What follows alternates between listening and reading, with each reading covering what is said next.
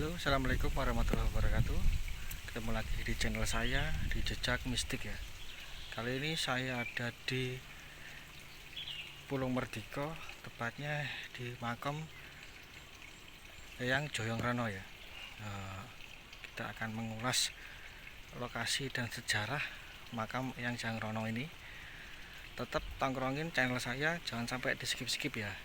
Jangan lupa like, comment, subscribe ya, agar video ini bisa berkembang.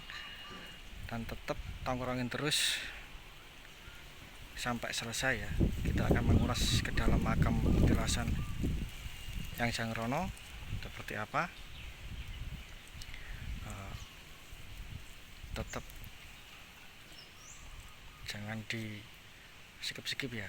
Oke, langsung kita menuju ke lokasi makam Eyang Joyong Rono di belakang saya ini. Nah, ini lokasinya.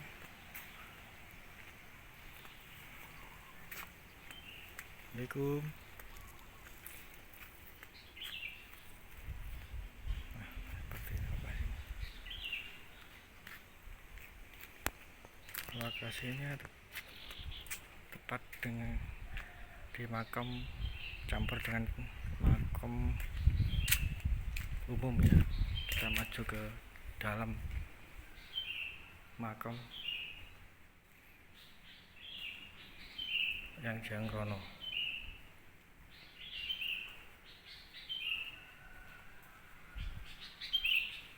Kita masuk ke lokasi makam.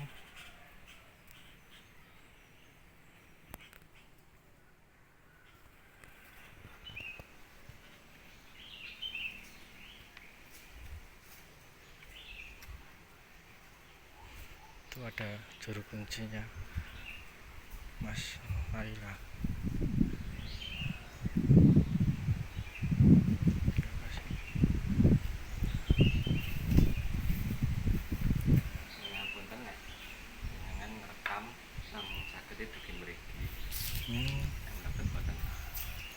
Oh, wonten.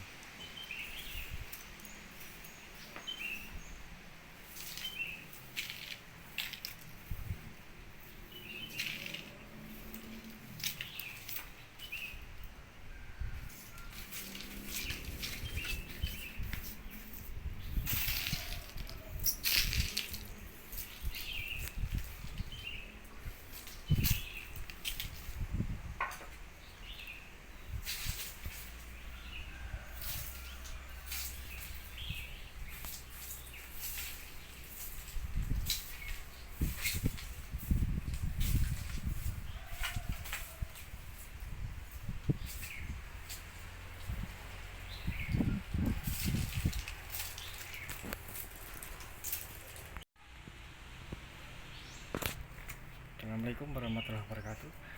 Kali ini saya bertemu langsung dengan juru kunci di makam Eyang Joyong Rono dengan Mas Laili.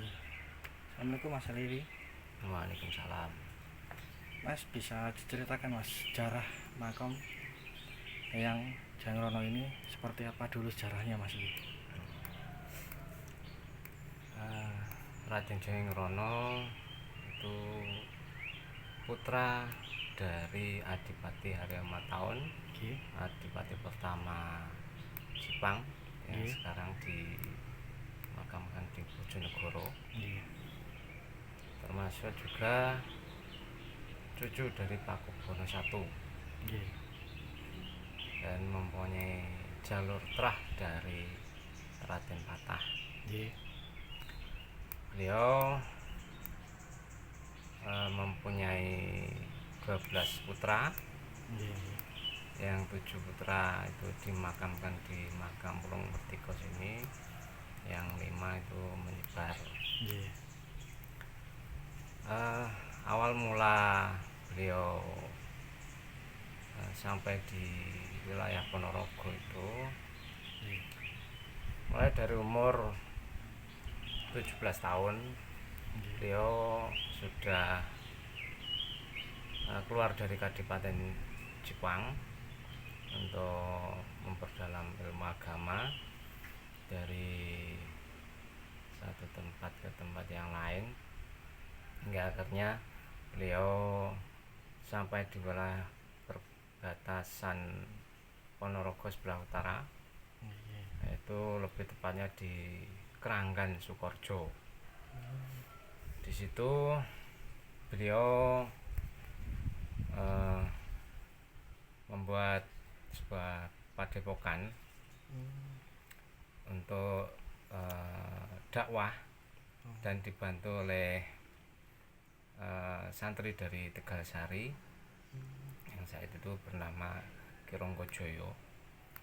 Di Keranggan tersebut beliau diangkat sebagai Kamituo itu, sekaligus membantu keamanan wilayah Sukorejo yang saat itu memang terkenal dengan perampokan. Sekitar kurang lebih 8 tahun di situ beliau bertemu dengan Sunan Pakubono II yang saat itu singgah di Keranggan. Sekaligus beliau itu juga meminta bantuan kepada Raden Jayengkrana untuk merebut kembali Keraton Kartosuro yang saat itu direbut oleh pasukan Mas Garendi. Bersedia dan mengikuti rombongan keluarga keraton. Dari pengumpulan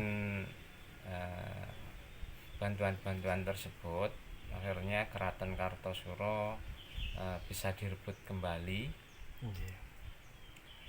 Dan karena jasa-jasa dari beliau, akhirnya Raden Tumeng Jayengkrana itu diberikan sebuah anugerah jabatan, yaitu jabatan bupati yang wilayahnya itu Ponorogo sebelah timur, yang sekarang meliputi Kecamatan Siman, Kecamatan Pulung, sampai ke selatan itu Kecamatan Sawo. Dan diberikan gelar Tumenggung. Pusat pemerintahan beliau itu di wilayah Pedanten, maka beliau juga dikenal dengan sebutan Bupati Pedanten. Beliau menjabat bupati sekitar 18 tahun, hingga akhirnya beliau memutuskan untuk turun dari jabatan dan digantikan oleh putranya. Setelah beliau turun jabatan, beliau mencari tempat untuk mengasingkan diri.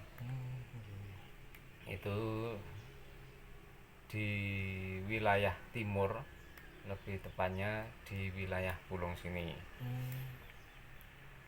Di wilayah Pulung sini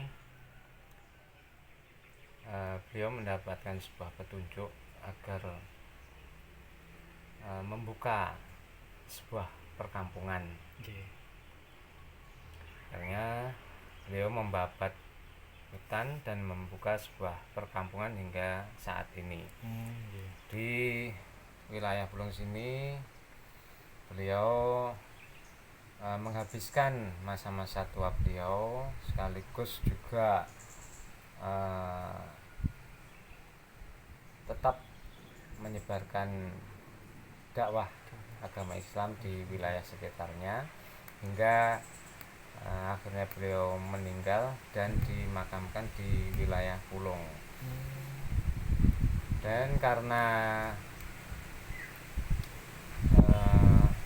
jasa-jasa beliau, wilayah Pulung itu dijadikan wilayah Perdikan, yaitu wilayah yang bebas pajak yang akhirnya dipersempit menjadi satu wilayah kecil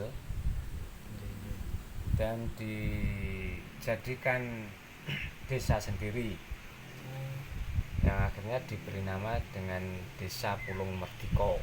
Itu diambil dari wilayah Perdikan. Beliau wafat tahun 1780 dan alhamdulillah sampai saat ini masih banyak yang nguri-nguri atas jasa-jasa beliau juga, termasuk juga wilayah di luar Pulau Merdeka sini. Gitu. Terus yang dimakamkan di dalam selain yang Jeng Rono itu putra-putra yang di dalam ini memang khusus untuk keturunan beliau. iya. Ada 7 putra sekaligus yang 5 itu sekalian dengan istri. Ada beberapa cucu dan yang lainnya itu sudah turun-turun. Itu sekalian dengan abdi dalemipun. Nah, itu dimakamkan di dalam semua. Itu yang di dalam memang khusus untuk turun dan abdi dalam beliau. Kalau yang luar sini memang makam umum. Jadi total makam di dalam itu 7 Mas ya? Itu makam khusus putra beliau yang dimakamkan. Kalau keseluruhan di dalam itu ada 120 makam ya? Iya, 120 makam. Kalau boleh tahu jenengan itu dados juru kunci pun pinten tahun teng mriki Mas? Kalau sudah sendiri itu sebelumnya kan dua orang terus. Ini selama 3 tahun ini saya sendiri, belum ada yang membantu ngurus ini juga. Soalnya yang juru kunci yang lain itu baru meninggal. Sebelumnya memang dari dulu itu memang 2 orang terus. Ini memang belum ada yang meneruskan lagi. Jadi sementara masih sendiri sampai sekarang ya Mas ya. Oke, terima kasih Mas ya, informasi tentang sejarahnya yang Jeng Rono ini. Sebelumnya saya ucapkan terima kasih Mas atas informasi dan sejarahnya. Terima kasih. Assalamualaikum warahmatullahi wabarakatuh Mas. Waalaikumsalam.